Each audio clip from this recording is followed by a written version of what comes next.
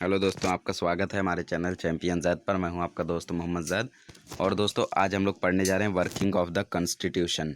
और हम लोग पॉलिटिकल साइंस आज शुरू करने जा रहे हैं। और इंडिया की जो कॉन्स्टिट्यूशन है वो कैसे वर्क करती है, फिर जो इलेक्शंस होते हैं उसके प्रोसेसेस कौन कौन से होते हैं, फिर पॉलिटिकल पार्टीज़ कौन कौन सी होती हैं, फिर डेमोक्रेसी में चैलेंजेस कौन कौन से हैं, फिर मूवमेंट कौन कौन सी निकली है इंडिया में, ये सब हम लोग पॉलिटिकल साइंस में 5 पार्ट में 5 चैप्टर्स में पढ़ेंगे।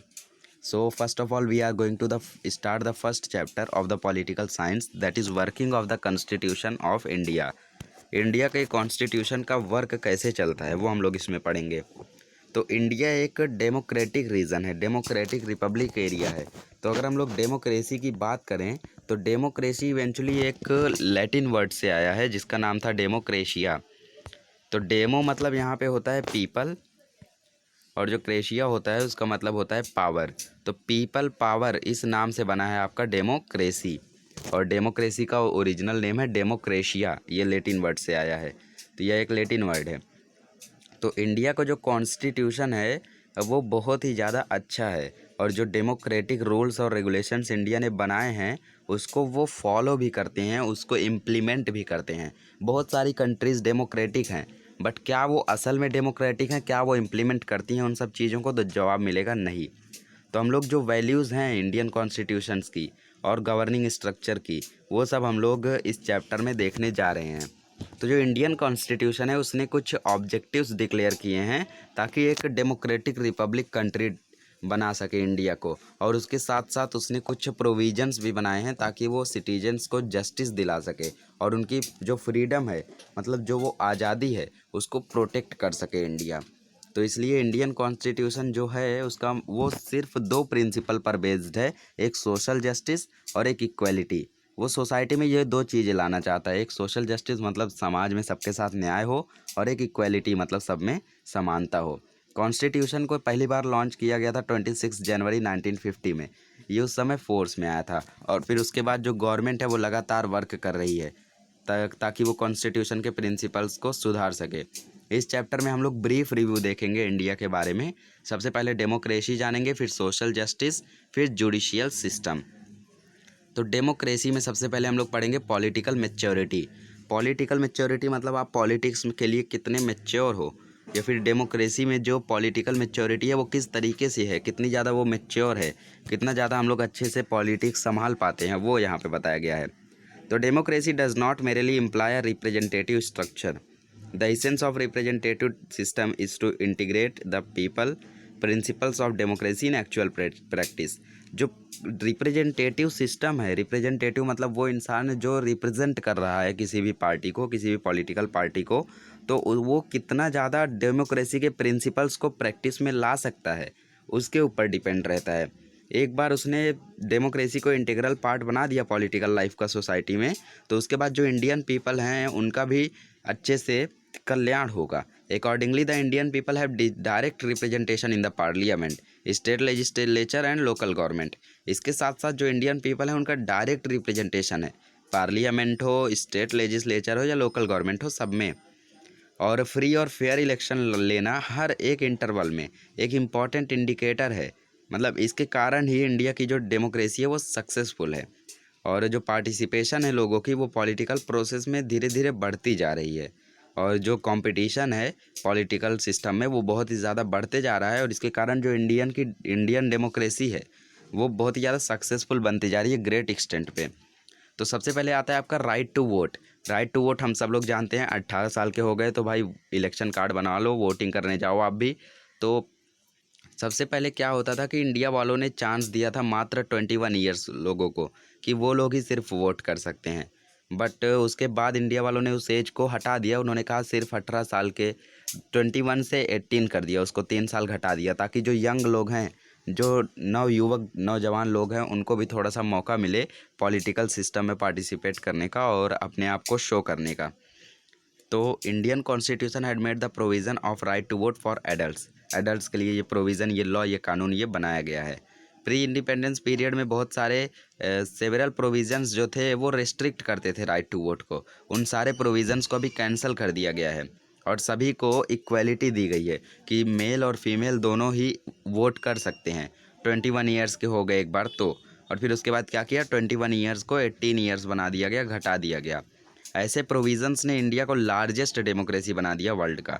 इंडिया के पास लार्जेस्ट नंबर ऑफ वोटर हैं as compared to other democratic nation, जिसके कारण इंडिया में सिर्फ क्वांटिटेटिव मतलब कि सिर्फ नंबर्स में इंक्रीज़ नहीं आया है, बट क्वालिटेटिव मतलब क्वालिटी भी उनकी बहुत ही ज़्यादा इम्प्रूव हो गई है, चेंज हो गई है, क्योंकि यंग वोटर्स ने अभी पूरा सपोर्ट दे दिया है।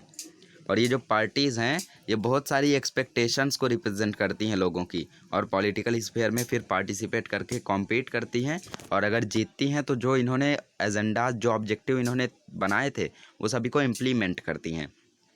अब पढ़ते हैं डिसेंट्रलाइजेशन ऑफ डेमोक्रेसी। तो decentralization of power is central to democratic government. Decentralization control the misuse of power and also creates opportunity for political participation of for the common people. अभी जो डिसेंट्रलाइजेशन ऑफ पावर है वो क्या करता है कि लोगों का जो मिसयूज़ है, लोग अपनी ताकत का जो गलत इस्तेमाल करते हैं उसको रोकता है, और लोगों के लिए अपॉर्चुनिटी क्रिएट करता है कि वो भी अब पॉलिटिकल प्रोसेसेस में पार्टिसिपेट कर सके। जो डायरेक्टिव प्रिंसिपल्स हैं स्टेट पॉलिसी की, वो कुछ ऐसे ही प्रोविज़न्स को इंक्लूड करते हैं डेमोक्रेटिक डिसेंट्रलाइजेशन के लिए। One such important provision is regarding empowering the local self governing make genuine democratic governance a reality. मतलब कि जो लोग चाहते थे गवर्नमेंट की जो गवर्निंग है उसको अच्छे से, अगर एकदम सही ढंग से उसको इम्प्लीमेंट करना चाहते थे, तो उसको करने के लिए इन्होंने कुछ अमेंडमेंट्स लाए, मतलब कुछ चेंजेस लाए। तो यहाँ पे आप लोग देखें तो 73rd और 74th जो आर्टिकल था, जो ये हम लोगों का सेक्शन था इंडियन कॉन्स्टिट्यूशन का, उसको इन्होंने चेंज कर दिया, और इसमें अमेंडमेंट ला के इन्होंने क्या किया कि जो लोकल सेल्फ गवर्निंग इंस्टीट्यूट्स हैं उसमें जो पावर है उसको इम्प्रूव कर दिया, इंक्रीज़ कर दिया। और इसके बाद ही कुछ सीट्स जो थे वो वीमेन के लिए रिज़र्व रखे जाने लगे। 33% पहले रहा करते थे, तो उसके बाद 50% हो गए। तो ये 73rd और 74th चेंजेस के कारण हुआ।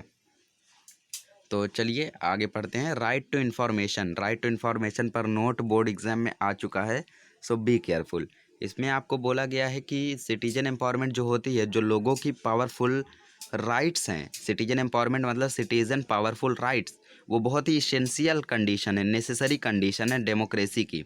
और ये बहुत ही ज़रूरी है कि हम लोगों के लिए अपॉर्चुनिटीज़ क्रिएट करें, ताकि लोग उसमें और भी ज़्यादा पार्टिसिपेट करें और गवर्नमेंट के साथ इंटरेक्ट करें। तो राइट टू इन्फॉर्मेशन के रूल के तहत जो भी गवर्नमेंट काम कर रही है वो लोगों को जानकारी होनी चाहिए, ये मतलब होता है इस लॉ का। तो ये लॉ के कुछ घाटे भी होते हैं, क्योंकि कुछ लोग ऐसे होते हैं जो अपने ही देश के खिलाफ सोचते हैं। तो अगर उनको गवर्नमेंट के वर्किंग की जानकारी रहेगी तो वो जानकारी को करोड़ों में बेच देते हैं दूसरे देश में।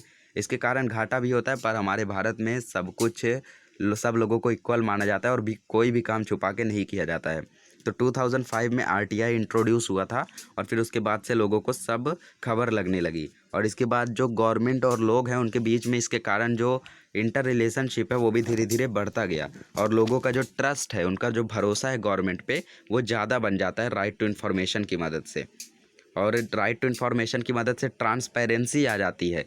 ट्रांसपेरेंसी मतलब सब क्लियर हो जाता है, लोगों को भी सब क्लियर रहता है कि गवर्नमेंट क्या काम कर रही थी, और अकाउंटेबिलिटी आ जाती है, लोगों को भी मालूम रहता है कि गवर्नमेंट क्या क्या कर रही है और उसके फ्यूचर के काम क्या हैं।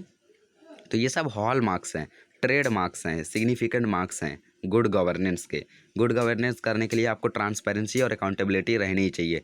राइट टू इन्फॉर्मेशन ने गवर्नमेंट को बहुत ही ज़्यादा ट्रांसपेरेंट बना दिया है, और उसने साथ ही साथ जो एलिमेंट ऑफ सीक्रेसी है, सीक्रेसी मतलब सीक्रेटली जो काम करते हैं गवर्नमेंट लोग, उसकी सीक्रेसी को रिड्यूस कर दिया है, कम कर दिया है। अभी जो भी वो करते हैं वो लोगों को मालूम रहता है।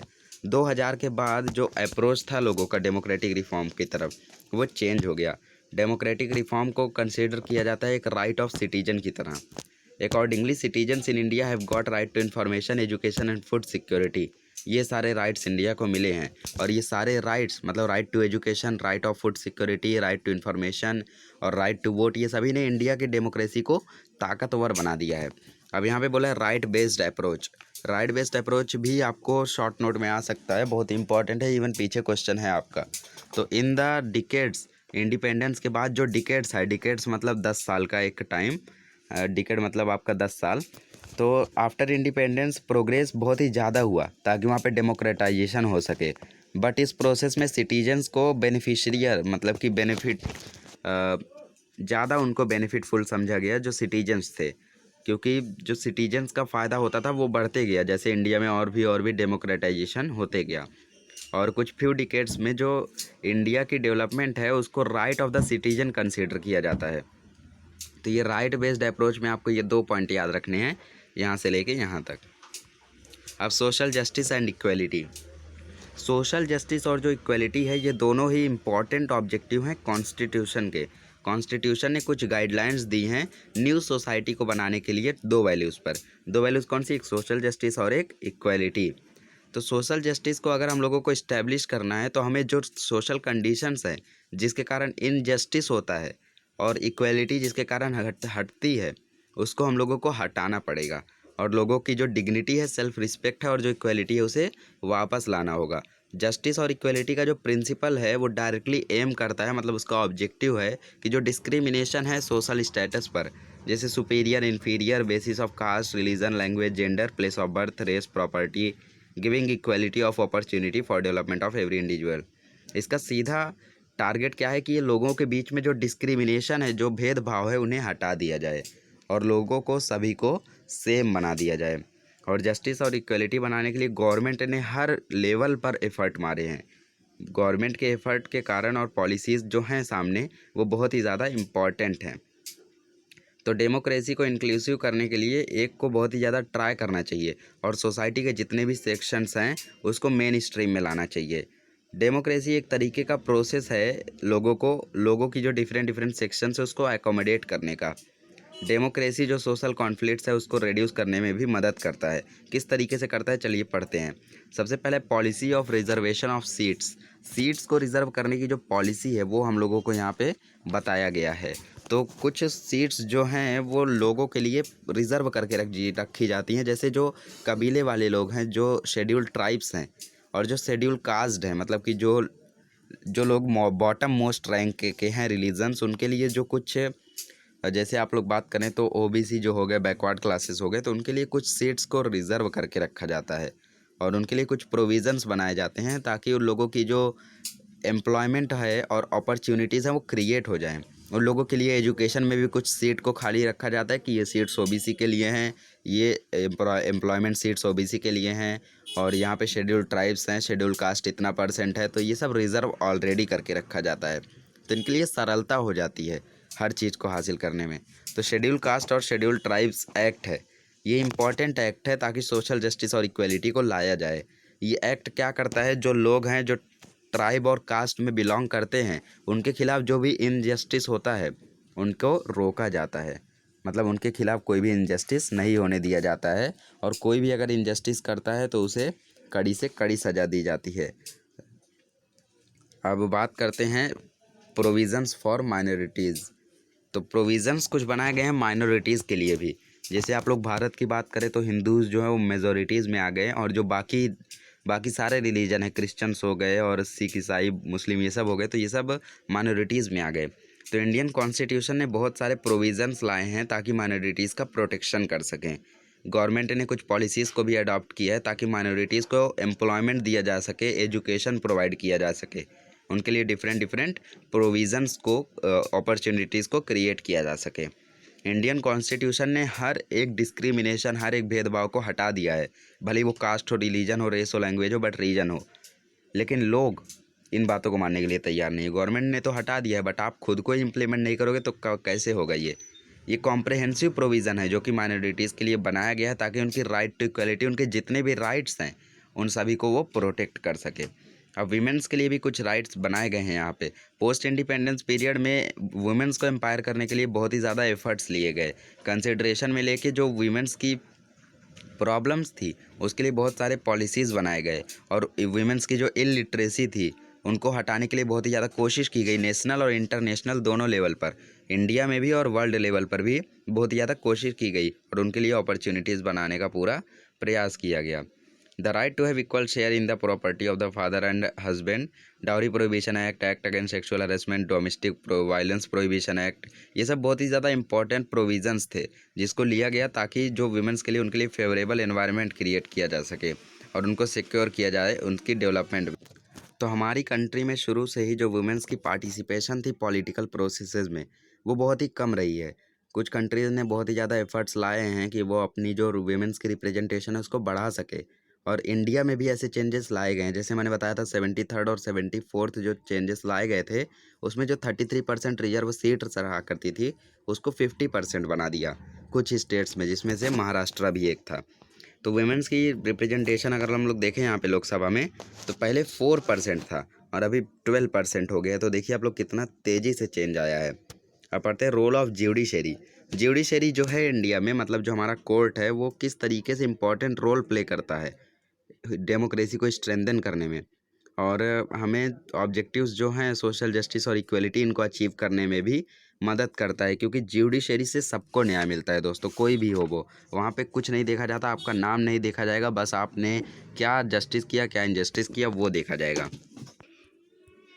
A national commission for women has been established. Similar commission also exist at the state level. तो ऐसे जो चीज़ें हैं वो नेशनल कमीशन द्वारा वुमेन के लिए इस्टेब्लिश की गई हैं स्टेट लेवल तक।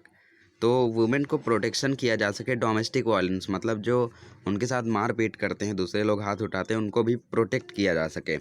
डेमोक्रेसी के डायरेक्शन में ये सब भी ज़रूरी है, और वुमेन्स की जो सेल्फ रिस्पेक्ट है, सेल्फ स्टीम है, उसको भी प्रोटेक्ट किया जा सके। और this act rejected traditional forms of domination and authoritarianism and expanded the scope of Indian democracy to make it inclusive in true sense. इसने फिर जो ट्रेडिशंस थे कि मेल डोमिनेटेड होते हैं वुमेन्स को ऊपर डोमिनेट करने के लिए, बट ये सब चीज़ों को हटा दिया गया ताकि इंडियन डेमोक्रेसी का जो स्कोप है उसको बढ़ा सके, और डेमोक्रेसी को असलियत में ट्रू साबित कर सके, सच्चा साबित कर सके। क्योंकि बोलने से तो बहुत कुछ होता है, डेमोक्रेसी तो अडॉप्ट कर ली, उसको इम्प्लीमेंट करो तो जाने, असली लाइफ में लाओ उसको तो जाने।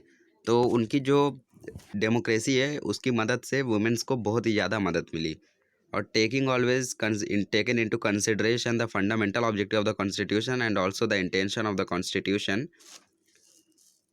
इसके कारण जो जुडिशरी है उसने हमेशा कोई ना कोई डिफरेंट फंडामेंटल ऑब्जेक्टिव्स बनाए हैं कॉन्स्टिट्यूशन में, ताकि कॉन्स्टिट्यूशन में थोड़े बहुत कभी कभी वो चेंजेस ला सकते हैं कॉन्स्टिट्यूशन में, ताकि उसको दोबारा से, जैसा आप लोग देखें तो जुडिशरी जो है वो अगर यहाँ पे कोई नया क्राइम होता है, कोई नए तरीके का क्राइम हो गया, जैसे साइबर क्राइम हो गया, तो इसमें कुछ सेक्शंस ऐसे थे जिनके लिए कोई रिपोर्ट नहीं बनी थी, तो उनके लिए नया कानून बनाना पड़ा। तो कानून अगर हम लोग बनाना चाहें तो फ्रेमवर्क को चेंज कर सकते हैं, लेकिन फ्रेमवर्क को अगर हम लोगों को चेंज करना है तो उसका बेसिक फ्रेमवर्क, मतलब जो पहले से उसका था, उसका जो बेसिक पार्ट है वो नहीं चेंज होना चाहिए। तो यहाँ पे देखते हैं अभी हम लोग बेसिक फ्रेमवर्क जो है, तो कॉन्स्टिट्यूशन एक डायनामिक है, वो लिविंग डॉक्यूमेंट है। डायनामिक मतलब पावरफुल है, और एक लिविंग डॉक्यूमेंट है, मतलब लिविंग डॉक्यूमेंट की तरह हमेशा वो चेंज होते रहता है। कॉन्स्टिट्यूशन चेंजिंग कंडीशन के हिसाब से चेंज होते रहता है, और पार्लियामेंट के पास पावर रहती है कि वो चेंजेस को वो ला सके। जुडिशरी ने इस पावर को एक्सेप्ट किया है पार्लियामेंट से, जैसा मैंने अभी बताया, ताकि वो चेंज कर सके कॉन्स्टिट्यूशन में। बट कुछ लिमिटेशंस है इसमें। लिमिटेशन क्या है कि जो बेसिक स्ट्रक्चर है कॉन्स्टिट्यूशन का, उसको नहीं चेंज कर सकते वो। और हमारे कॉन्स्टिट्यूशन को बनाया था डॉक्टर बाबा साहेब अम्बेडकर। ये इतना ज़्यादा देशों में गए थे कि सभी देशों के थोड़े थोड़े कॉन्स्टिट्यूशंस पढ़ पढ़ के अपने कॉन्स्टिट्यूशन में लाए, और फिर इस तरीके का कॉन्स्टिट्यूशन बनाया जो कि सबसे बड़ा कॉन्स्टिट्यूशन बन गया पूरे इंडिया का, पूरे वर्ल्ड का। तो कॉन्स्टिट्यूशन में चेंजेस तो हम लोग ला सकते हैं, बट उसका जो बेसिक स्ट्रक्चर है उस पर आँच नहीं आनी चाहिए, वो नहीं चेंज होना चाहिए। तो इस तरीके से चेंजेस आते हैं हम लोगों के कॉन्स्टिट्यूशन में। तो जो बेसिक स्ट्रक्चर है कॉन्स्टिट्यूशन का, उसमें ये सब इंक्लूड होता है। सबसे पहले Republican and democratic form of government, दूसरा फेडरल स्ट्रक्चर, फेडरल मतलब यूनाइटेड स्ट्रक्चर, और इंटेग्रिटी ऑफ द नेशन। जो कॉन्स्टिट्यूशन है उसका यूनाइटेड स्ट्रक्चर होना चाहिए, और प्रमोशन होना चाहिए नेशन का यूनिटी का, मतलब उसकी यूनिटी का प्रमोशन होना चाहिए, और सोवेरेंटी का प्रमोशन होना चाहिए। सोवेरेंटी मतलब सुपीरियरनेस प्रमोट होना चाहिए नेशन का। और सेक्युलरिज्म और सुप्रीमेसी, मतलब जो सेक्युलरिज्म मतलब कि आपका ऑल आर इक्वल, सेक्युलरिज्म जो है इक्वलिटी की तरफ इंडिकेट करता है, तो वो सब कॉन्स्टिट्यूशन में रहने चाहिए। इन सब पर आँच नहीं आनी चाहिए। बाकी चेंजेस आप लाना चाहो तो ला सकते हो। The protection provided to the citizen by fundamental right in the Constitution has been made more meaningful through various decisions of judiciary.